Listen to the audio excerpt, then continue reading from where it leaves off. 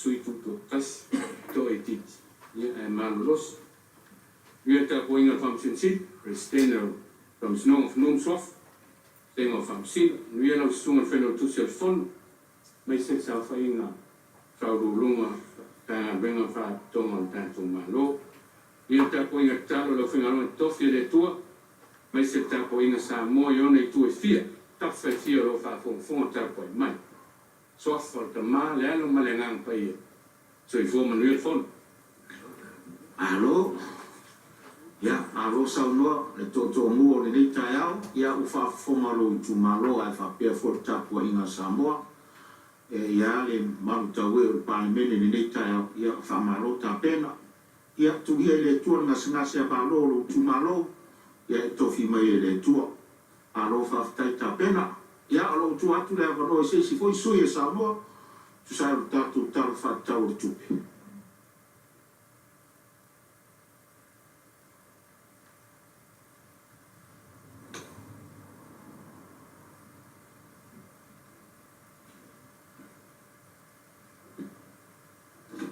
no fio con tele ia o leo mata watu o leo tu le mai le suio fasale anga no mertasi la fio mai le instala molango ia tu le mai sa mo tu sai o tatu tala fatta o tupi instala molango tanga lue ma o banga no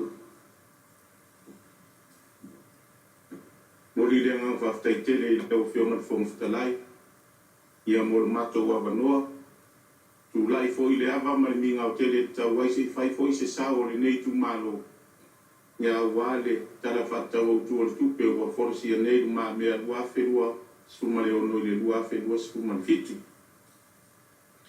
o poi ma sa nei le tu nu fai mai a fatta mala mata mua ona fe eli le o ave le komisa ma su lilo i tu afa nua a o poi fai ele o fale ali e mai ala lanu ata ula o le vai ula. La foia ma la mai fonga. O fonga vai lava o le vai ula. A upo e fai ele o lo tu malo. O lea ua la foia i nganga ifo ma vai tu ipu manuto i pule pe o le upu i malai na ia vea.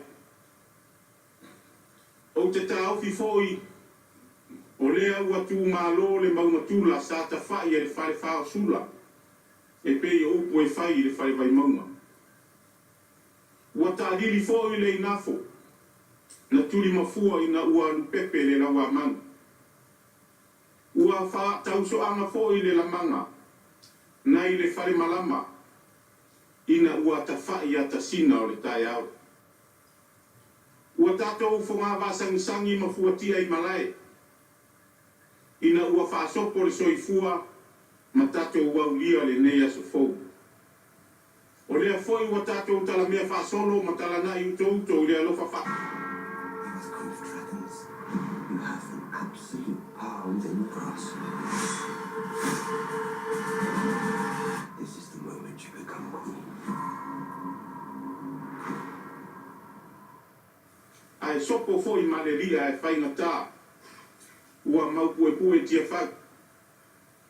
O tia fau fai mai o le malai o le fau tu ngā tangi e Samoa. A le tala i le maota i falisoa. Fai mai e fau ngata lava o nā ea le pou. Leanga e fai mai o le pou saa. Nele o lo oe e aile a wafionga i le fonga whatalai.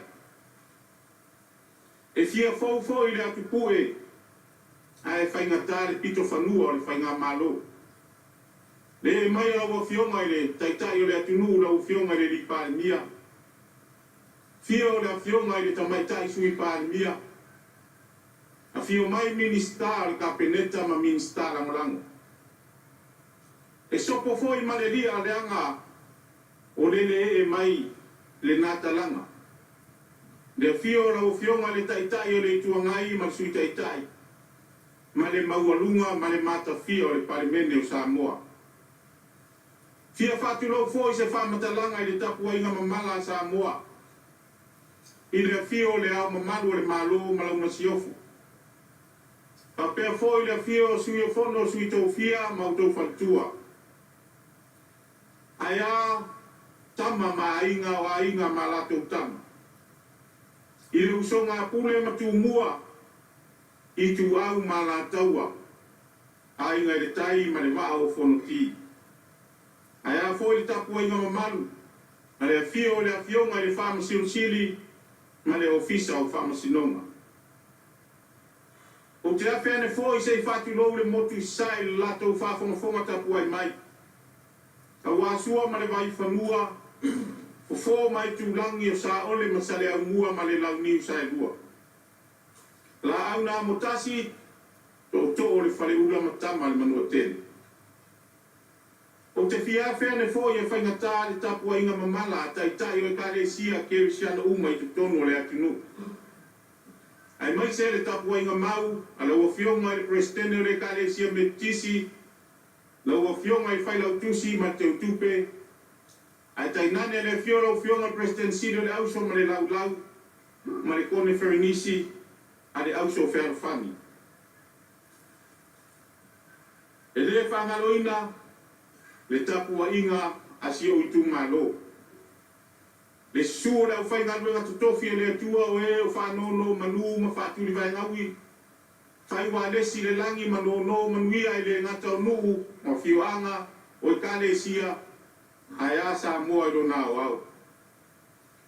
Te awhene fōisi e whaingatā le tapua inga maua si o itu malo whasale le anga numeritas. Pa ia wale a whio tapa au ma sale lolonga. Ai a tau whasina malala I matuatala uru ma le maota ma toi loto. Pa ia a wale tapua inga maua si o itu malo.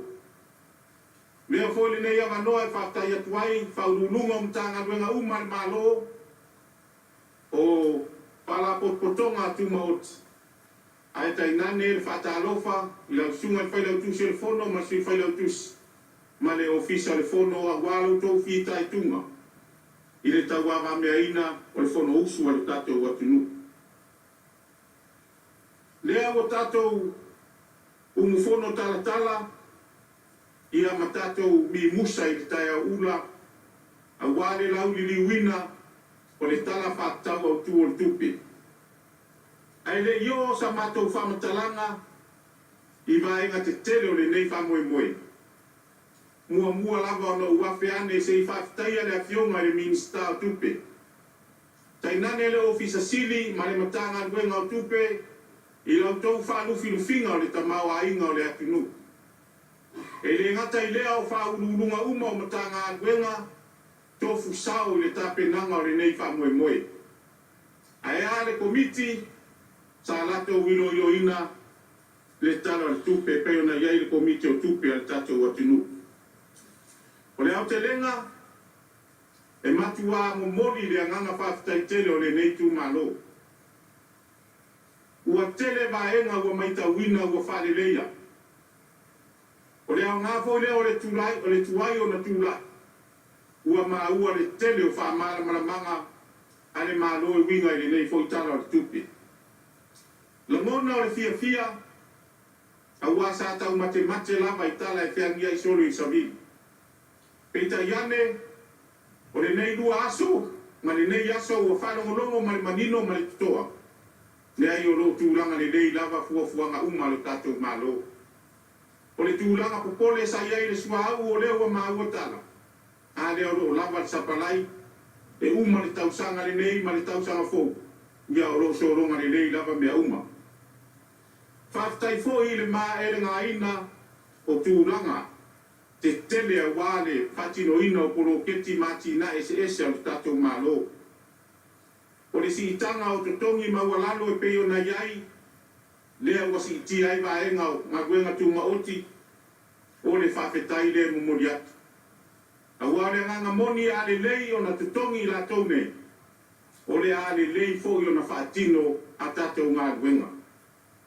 Le ngata I lea o le fo watu fitau whao manuia, ai a le pensione ana I tangata matutua o e ua atoa le fitu se funu tausanga o le soifua. Ia lea ua tatou sa uni e tala le taidima se lau I le masina.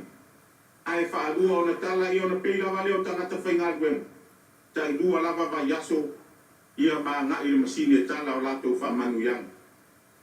O le au te lenga o so matou langona ma le nganga whaalualo, o le whawhetai atu le tele o ati nae ma koro keti o maea o na whata o to oto ma whata atitia ia wā fōile nei tala o le tupe. Ai se iau wawhea ne lava, se iau wawhea nisi o matanga guenga. Ia e maise lava nei mana o ngā sa tui malo fie fōile nei tu malo, tu sa ai fontanga o tuana i atu. Lau a fionga i le minista ngā guenga titele o tatou malo,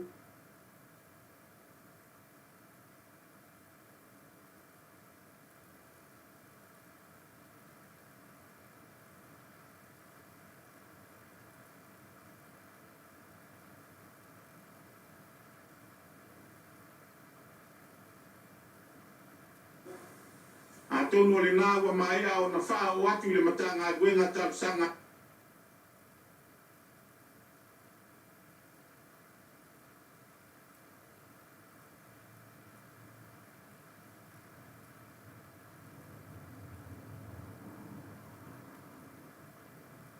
Asi nei fo i tu malo. E ala le le whatino ina o awala, ia awala tele le malo le anga i atu si o matou nui ta fua. A tonu le toa tele o le nei sau whainga mamalu ele ia whea le nuo ta fua i le taimi mua mua. Ai o le popo lenga ma le atu ngalunga o lo sui. Ia o na o le tiulanga ba api api o le awala e tau i le ai. E le ngata i lea, ia o nai pionga e whaise tele o pionga. E whaalawe lawe ina e whaibalanga atu i le tu o lo tu malo. Le ala leo i talo atu, lau a fionga i le minista po le alo fina ngalo. Ia, o leo manei al tatou tala tupe nei, pai inga lua whenua ono, lua whenua fitu. Ia atono le a maua se soani mo lo tu malo. E le ngata i lea, i o nai moni a wala. O nai whaisi pongi saa o le a ngai tai lea ai. Ia e o lea ua utou mai tauina o lea fawatu mai luma le taimi, e a mata ia o ngā nei whanau. Ia o le popo lenga leo lo sui. Nei toi oto ane lo tatou kuroua ua tō timunga, ia wai fea ngai pea i tātou, ia wale lau whale ai nā, ia iai fulava fo i le fili ma le tia apolo. Ia le nganga lea tutu watu iau tafa lau fionga i minsta. Ia ni nei mori ia wala e wha amala malama i lea ngai si o matou nu o tafua. Ia e waluansia fo i finangano le malo, o leo o manino saunoanga taitai o le atunu. O ngā luenga e tele, ia e mai se lava i whale au ngā o leo watoe au mai utafa i oi el malo. Lala le talo tu ai ma le nganga whaalo alo, ia ro sa i se remi lava nei nu. Au te talo i le pa i o le whainga malo, ia se sisila ane i se whale au ngā, ia ona watoa tele alo mwhanau, ia ua vapi api le avanoa lo whatino ai au o ngā na i alo mwhanau. O le tausanga i le pule o le purenga o le malusi anga whae le tisi. Ia e ao lava o na whao atu pea i lau tau whafonga mai o le tausanga le neilo na amatanga. Sa whea ngai ai le a inga o ro iau ta whaane o le e le tise le a i le afi e le tise i e sale lolonga. Ma se whapita auli ina ua liki le kiso mai le afi. O na taabili leo le pea pea. Ia ma alu a tore kiso te tomo le whale si a inga lea e susoko ma le afi mori e tise le i sale lolonga. Sa maua le tau i whaafeta la. E a tatou fua le whaafita au. E le ma whai o na whaatau le soi fua o tangata. E a whaapea tūla i mai se whaalawe lawe o ngaonga. Le ala leo le talo atu, ua mai tau wina se furu tau sanga talu ai. Sa whaamama ai ia whanua fōu i o le IPC o i tai le tau langa fōu. Peita i ane, le fōu o toi whaamama, le fōu o toi vai le taimi nei o le fōu o toi whaamama. Ia o le tatalo ma le anganga whaalo alo ma le anganga maualan. Pere i ala ngā tatau o na sifi afi ia le IPC. E sifi loi whanua fōu le malo. Ia ina ia tu mama ina ai ni whawhita auli. Ia mani whaalawe lawe ono te tupu mai staini. Ia tātou te le mana o mia. O le, o mai leo se whamatalanga i le talo le vaenga le LTA i la tō oro pūlea ia whinaua inga i runga le lau ele ele. Ua tonu i le whātau sanga taluai sa valia i e le matou nu pūlenga rima whai pūle le sunga i le li pūle i le ofisa i sale le longa. O nao se patu patu i runga o le whale sa. O lo whianga I tonu mansa o ngai anga iatu lea o matulanga lua si o matou nu. O le upumoni au tau sila sila I sa o ngalea. E whai e tu ngata vale ale manu le tunu. Peita iane o le tani na o mai le sunga le li pule I savat. Whai le tusi mo moni le ofisa I ponu. Ta pena le tusi o usau o au lava ne tau tala atu na sauma le tusi mo moni le ofisa. E o mai le tae ao le ne. E le ai se patu patu e tasi o whaia. O le foi ua uma o na toi whaao o le tusi le LTA. Ia a talo e ala tu la ufionga le fonga talai watu whafonga mai le fionga minista. Ia pei lava o na ufaiatu tei mo sola. E lea o ngā o na toi a oa inga a oa ia tātou ina ua tupu se whalawe lawe. Ale matou tata longo ma le nganga whaloanu. Se ia lo whangia le saunga le mua alo mo whanau whiwa I lunga o ala tele. Na ua fionga I le minista o le una oa whana tura man si o manga. Na ua whea tu lava whamore mole la ua fionga. Fionga tō salai. Ia, e le fo le whai mi whaisina malo ronga la o fionga minista o lango. Ai le I se Tula e atu le taitai le malo. fionga le minista la molango ma sauna o lo fasolo ma le tanga luenga o lo ai. A tāua nisi o tūlanga tāua o leo o iai le saunanga me whaleo ro ne tūmalo me nei o tātou street lights. O lo iai fufuanga le tātou malo le a tau ngofia ina mai le alu le power I le solar power. Ma o lo fasolo tapenanga temi le au tula I atu. Ona ele me tu ngā lava na tuku ona nafi. Ele mea le na whaala roa mai rungo le Facebook. E le tanata le mawhau alu whao ngālu whana. E ta whana I lalo street lights al EPC. Te mi lava lea sa au whātunu ina I leo leo. E o sue I a maua tamata lea. Anga leo tau talangia me nei e le uma utau e. Tā sanga mai pēa, tā sanga mai pēa. I street lights. A wale malpui pui a le pe on sound o sweet. Ko whawhai atu na tanga luenga leo leo maua. A wane I tua talaina I tua tangata whape nei le mawhau whawi mea le malo. Ma awa tauna whai iai ni whai unga le whamsinonga tū ngā. Tangata whapea. Ma whasi sira I runga le tunu. Ia sira fia I pulu malu ali I whai pule. Ma ia sila fia Samoa, tanata le mawhau whau whapene. O leo mai whao ngana au malosi. Nā tau te whalea ngai mea tō tino le malo. Ma e watu le whau tuanga I atu o manatu e tauna whai le kuna I tono le pāmene ne. Anga le mai moa le tunu a le whai usu te atu whono. O ai e malu ai, ia mea tō tino le malo peo no whai atu pea, whai atu pea, whai atu pea. O manatu e batu whata ua mtau puru ne mtanga luenga leo leo. Whai e lau tō whai unga whai tu la whono. O nei kore vavea. Na mori mei whai lunga nisi mei tupulanga tala vau. O whai pere tūlanga leo wha o rima mata ngā. E whai sa batu whai lau whionga sui komisina. Whai lau maua. Whai whai ai tūlanga e ta tau na whai tangata whapene. Langa o musa e sae mea leo le rei mawhau whau me whai tupo bebesi. Tupu manua, ma wha tupu ai tūlanga leanga o le tau fō atu nei. Tupu langa le ma whau wheu ai whapene peini manu. Se vai ane wha whonga mai Samoa. Pevo nea manoa te talo atu ai le pule mamaru a li whai pule. Nuku mawhio anga pe lago na tata longo ma se whau. O le maru o le tatu watu nuku pentau whai atu. O leia ao li whai pule o le tatu atu nuku. E wa ngana na le fono le pare mene o le foi whafonga mai le tunu atoa. Ia o le tata longo le nā le tatu malo o le tatu ngā lunga whi whatasi. A atu ngā lunga lau o whionga i le rifai pule. Ia watu ia tau kopi o tusi umana. Ne pisi tele whauru lunga o tanga lunga. E beo te whamanatu. Ia iau patu patu. Mau mōli. Ea mau au wala ma mea umana o waitu o lo whatu lo tangi tala tala. E pe e se whai ngā maro e ai e se mele tātou tika. Ia watu tusi e ta, nanga e bai si sira po I au whionga li whai pule. E leo malo lofe so la I o EPC. E to te si fia. Loso whai tu la e au whainga luenga ale mitanga luenga o elitis, ele malolo. Ia ele malolo voi LTA, no whai atu ana nafi. Le ngalu le noso. O le ilewa e nei tūla a lauta watu lau ese, wak ese maa ma mea umala sei kumole awalo. Ele malolo fo i le ngā luenga le tatou, tanga luenga o awala titele le tatou malo. Ia tau fuafua mana o ngā umolo watu i motera nei, au lau tua lalo nā, a watu uma kopia o watu ngarunga nā e tātala noa i tā ua wha roto i whalu. Ia soso ni atu lea, wani kono.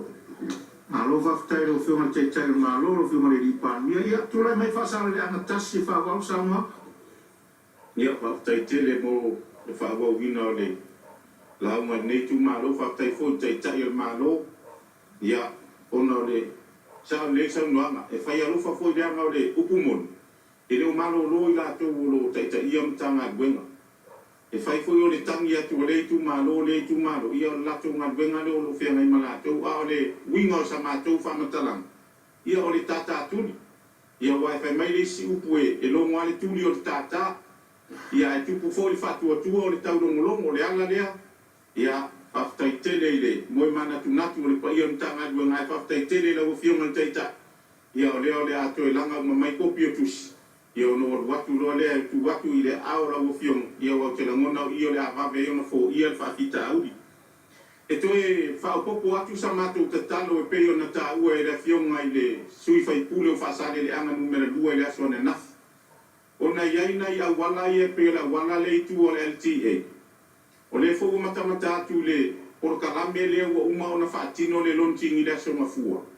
O lea o le a whaatino le taulanga tele i sale lolonga. Get you set up on What's in there? This is our integrations. Payroll feeds finance, finance feeds HR, and HR feeds workforce. That's a problem at the last place. We use ADP, HR, payroll, and workforce management, working as one. And no more knots. When systems get tangled, everything slows down. Getting unstuck starts with good payroll. Toi whale leia. Ia o le tarusanga e peo na tui nātu le whionga i le minstao una ofa na turama siusio manga. Ona sa atonu e le opomala e sa o tautarangia fo i la ulaunga taluai ia le tūlanga ua iai ia le taulanga i sa le lolonga. Le opomoni, lai whaafonga mai la tō olo nofo ia te tonu le taulanga mai la tō olo whai pisinisi. Ua whai mawhatafunga tonu le taulanga i tu atu a wala ia le e whelapa sa i solo e malo i tonu. Mai maupena maua se avano le tatou malanga le sa tatou malanga i sawa i se ia sia i nei a wala. O le upumoni, ua whai mawhatafunga. O le upumoni lava lea.